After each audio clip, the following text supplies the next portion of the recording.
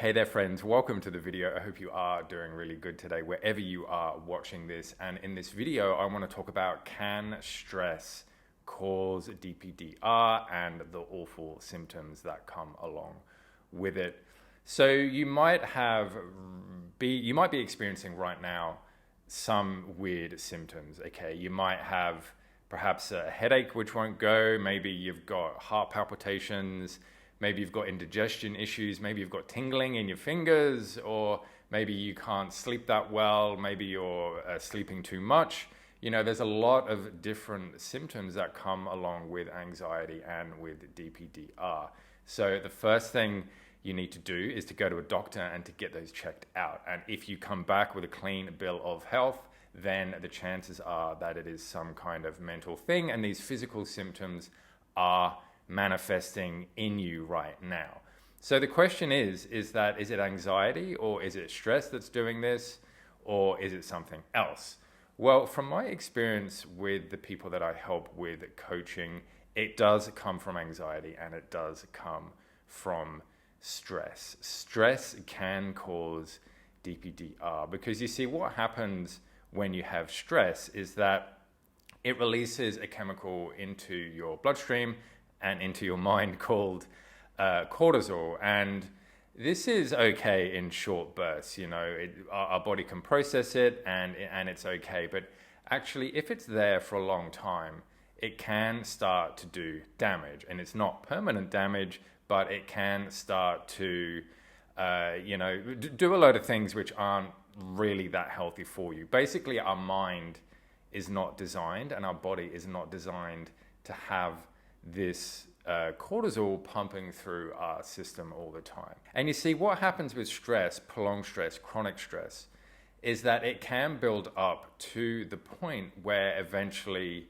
your mind is going to wave a little white flag and it's going to say, nah, I'm under too much pressure, I'm under too much stress, I need to protect myself right now, therefore I'm going to go into DPDR to protect myself. Because all DPDR is your brain working how it should do.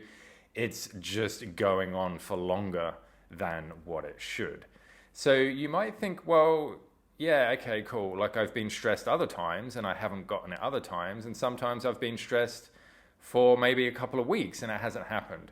So I'm talking about long-term stress here. I'm talking about being stressed for months and months and months without any good way to manage the stress, without any effective and healthy techniques or relaxation exercises or anything like that. Basically, you just sort of say, oh, it's just me, I can get through it, and I'm good enough to power through, and I'm going to be okay, and I know my mind and I know my body and I know that everything, I'm just going to get through this.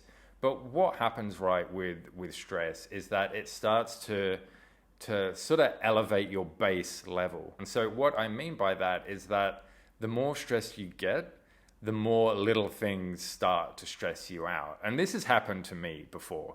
You know, I've been in a state where I've been recording a video or cooking an egg, a fried egg or something like that, and something really small will happen, like the yolk will break on the egg that I'm frying, and I'll just be so mad and angry and stressed at it. Because all I wanted was a fried egg on toast with the yolk intact. Or like I might be doing a video and a little bird is chirping a little bit too loudly outside and it's really irritating me, and I'm wondering if the audio is going to come through onto this. And, you know, so I'll go and shout at the bird and try and shoo it away. Whereas if I wasn't stressed, stuff like that wouldn't really happen, would it? So this is what I'm talking about. It slowly builds up over time and you don't necessarily notice it happening. You're just like, oh, yeah, I'm a little bit stressed right now. I'm a little bit more angry than usual. But it's okay, it's okay, it's okay. I'll be okay, I'll be okay, I'll be okay. And it's like, it's like your hair growing or your fingernails growing or whatever. A lot of time will pass and you don't notice it happening. And this is pretty much where the danger can come in. Because, you know, it's like when it gets to August and you're like, whoa, it's August already. It only feels like it's been a couple of months.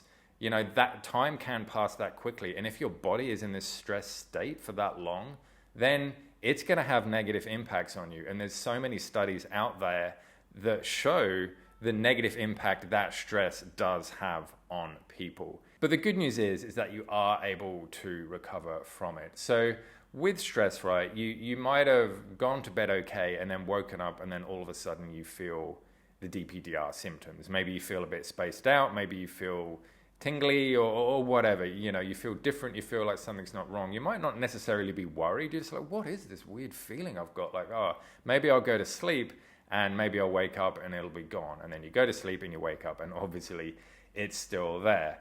Now, the thing with any type of sort of mental health issue is that often it feeds off itself. So what I mean by that is, say somebody who is depressed, they will have a tendency to have a more of a negative lens when they look at the world. So they'll perhaps just see the bad and everything rather than seeing the reality of everything.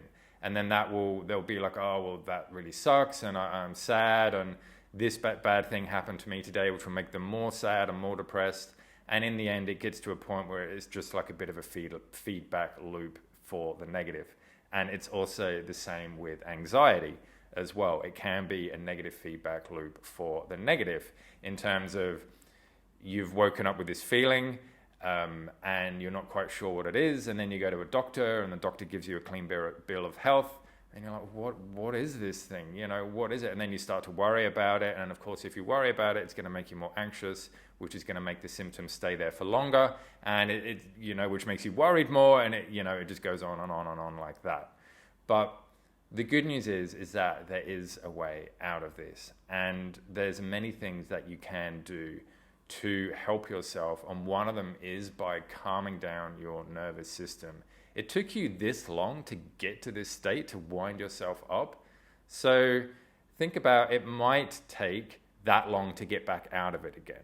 You know, it might not, it might happen a lot quicker, but you need to give yourself time to come back down, to set your nervous system and to set everything basically back down to base level. So things like breaking the yolk on an egg and a bird chirping outside and whatever it is for you, that's not necessarily going to be stressful anymore. And what you find is that once you do start to consciously make an effort to see what's making you stressed and why all this is happening and all this type of stuff, once you start to train your brain and create new neural connections, and there are studies on this as well, countless of them, and it's very, very undeniable that neuroplasticity is a thing. You know, you've neuroplasticitied your mind into this state and you can sort of change it back out again. But it does take a bit of effort and it does take a bit of work, and you are going to be able to do it eventually, and that is the good news. So my friends, you've got to realize that stress and anxiety pretty much go hand in hand, and so the stress can bring on the symptoms of DPDR just as much as anxiety can, just as much as having a bad drug experience, or, you know, whatever it is. However it's happened for you, stress can be a cause. And if you do need any type of help to get out of this and to actually figure out what's going on and why you're thinking the way you're thinking and what's making you stressed, and maybe it's something that you haven't considered. Maybe it's something a little bit deeper down on the surface layers, you know, about what actually is making you stressed, but it's manifesting itself as all this stuff which is happening right now.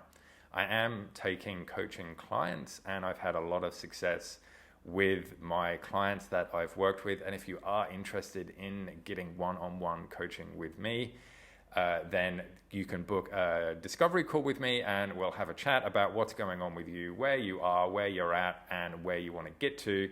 And I can obviously tell you all the information about how I help people. So my friends, the link for that is down below. And I do hope this video has been really helpful. Please leave a comment and any questions as well in the comments. I'd love to hear from you. And until next time, I'll see you all in the next video. Bye.